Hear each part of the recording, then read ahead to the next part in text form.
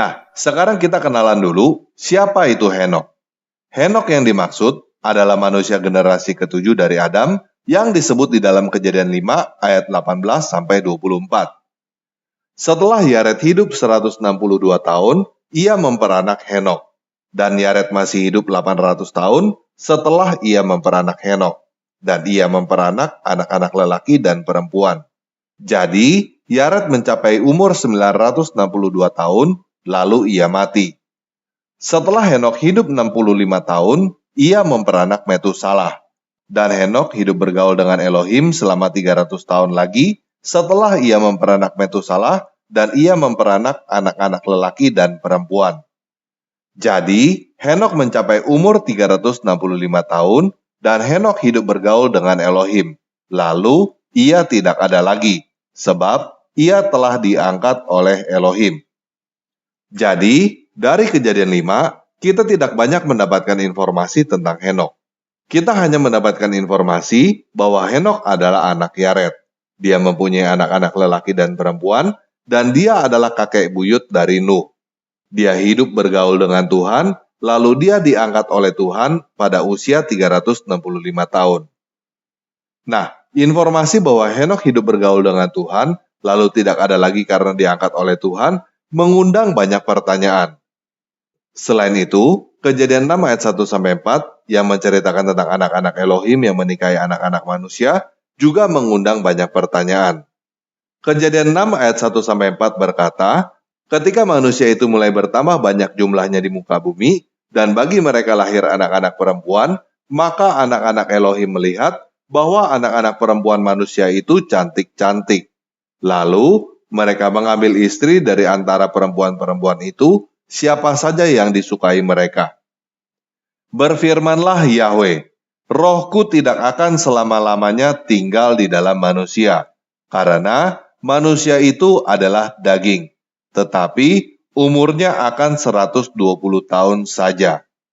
Pada waktu itu orang-orang raksasa ada di bumi, dan juga pada waktu sesudahnya, ketika anak-anak Elohim menghampiri anak-anak perempuan manusia, dan perempuan-perempuan itu melahirkan anak bagi mereka. Inilah orang-orang yang gagah perkasa di zaman purbakala, orang-orang yang kenamaan. Nah, kitab Henokh populer karena isinya seputar pertanyaan-pertanyaan yang timbul ketika kita membaca Kejadian 5 dan Kejadian 6.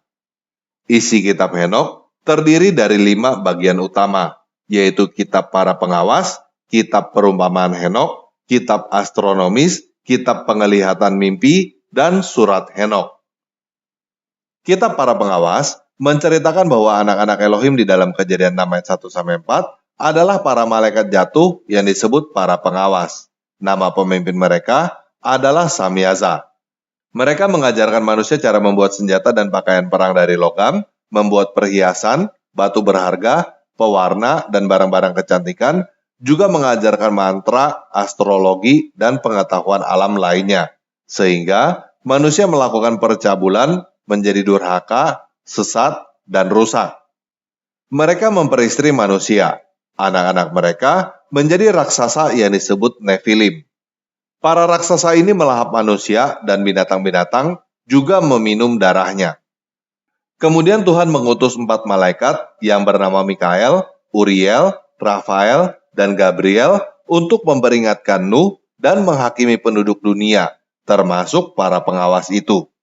Henokh sendiri dikisahkan diutus oleh Tuhan untuk memberi peringatan kepada para pengawas itu.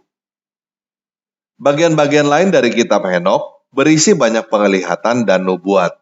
Di dalamnya terdapat istilah anak manusia yang benar, yang terpilih, dan Mesias yang akan duduk di tahta kemuliaan pada saat penghakiman terakhir. Istilah-istilah ini digunakan oleh Kristen untuk Yesus Kristus. Kitab Henokh ini populer di kalangan Yahudi dan Kristen awal. Di kalangan Yahudi, kitab Henokh ini mempengaruhi banyak buku lain seperti Jubile, 2 Baruk, 2 Esdras, dan lainnya. Di kalangan Kristen, kitab Henokh ini selain dikutip di dalam Yudas 1 ayat 14-15, juga dikutip oleh banyak bapak gereja awal seperti Justin Martir, Irenaeus, Origen, Hippolytus, dan lainnya. Walaupun demikian, kitab Henokh tidak pernah termasuk di dalam kanon kitab suci oleh Yahudi dan Kristen, kecuali di daerah Ethiopia. Yahudi Ethiopia dan Kristen Ortodoks di Ethiopia memandang kitab Henokh sebagai kitab suci. Popularitas kitab Henokh menurun di kalangan Yahudi non-Kristen semenjak kemunculan Kristen. Kemungkinan disebabkan karena banyak orang Yahudi menjadi Kristen yang disebabkan karena kitab Henokh. Popularitas kitab Henokh menurun di kalangan Kristen setelah Kristen menjadi agama resmi Romawi pada abad keempat. Bapak-bapak gereja pada abad keempat seperti Agustin dan Jerome menolak kitab Henokh. Kenapa mereka menolak kitab Henokh? Santo Agustin menjelaskan di dalam tulisannya seperti ini. Kemudian, marilah kita hilangkan dongeng dari kitab suci yang disebut apokrifa, karena asal-muasal mereka yang tidak jelas tidak diketahui oleh para bapak yang dari mereka kitab suci yang asli diberikan kepada kita dengan pewarisan yang pasti dan jelas. Karena meskipun ada beberapa kebenaran di dalam tulisan-tulisan apokrifa ini, tetapi mereka mengandung banyak pernyataan yang salah, sehingga mereka tidak mempunyai otoritas kanonik. Kita tidak bisa menyangkal bahwa Henokh, yang ketujuh dari Adam, meninggalkan beberapa tulisan ilahi, karena hal ini ditegaskan oleh Rasul Yudas di dalam surat kanoniknya. Tetapi, bukan tanpa alasan bahwa tulisan-tulisan itu tidak mendapatkan tempat di dalam kanon kitab suci yang dijaga di dalam tempat ibadah orang Yahudi dengan ketekunan warisan para imam. Karena kepurbaan mereka membawa mereka ke dalam kecurigaan dan tidak memungkinkan untuk memastikan apakah ini adalah tulisannya yang asli. Dan tulisan-tulisan ini tidak dinyatakan sebagai asli oleh orang-orang yang didapati telah menjaga kitab-kitab kanon dengan hati-hati melalui proses pewarisan. Jadi, tulisan-tulisan yang dibuat dengan namanya dan yang mengandung dongeng tentang raksasa, perkataan bahwa ayah mereka bukan manusia, dinilai oleh orang-orang yang bijak sebagai tidak asli. Jadi, walaupun kitab Henokh populer pada zamannya, banyak istilah di dalam kitab Henokh yang digunakan oleh Kristen, dan bahkan dikutip di dalam Yudas 1 ayat 14-15, tetapi bapak-bapak gereja tetap menyatakan bahwa kisah yang ada di dalam kitab Henokh adalah dongeng. Kitab Henokh ini seperti Lucifer yang populer di kalangan Kristen pada zaman sekarang. Banyak orang Kristen yang berkata bahwa nama pemimpin setan adalah Lucifer. Lucifer adalah malaikat yang jatuh dari surga. Tetapi sebenarnya kisah Lucifer malaikat yang jatuh dari surga itu adalah dongeng karangan Hollywood yang sama sekali tidak berdasarkan Alkitab. Nama setan atau pemimpin malaikat jatuh yang populer di kalangan Yahudi dan Kristen pada zaman bapak-bapak gereja adalah Samyaza, bukan Lucifer. Dan kisahnya ada di dalam kitab Henokh yang dinyatakan sebagai dongeng oleh bapak-bapak gereja. Paham ya? Nah, kapan kitab Henokh ini ditulis?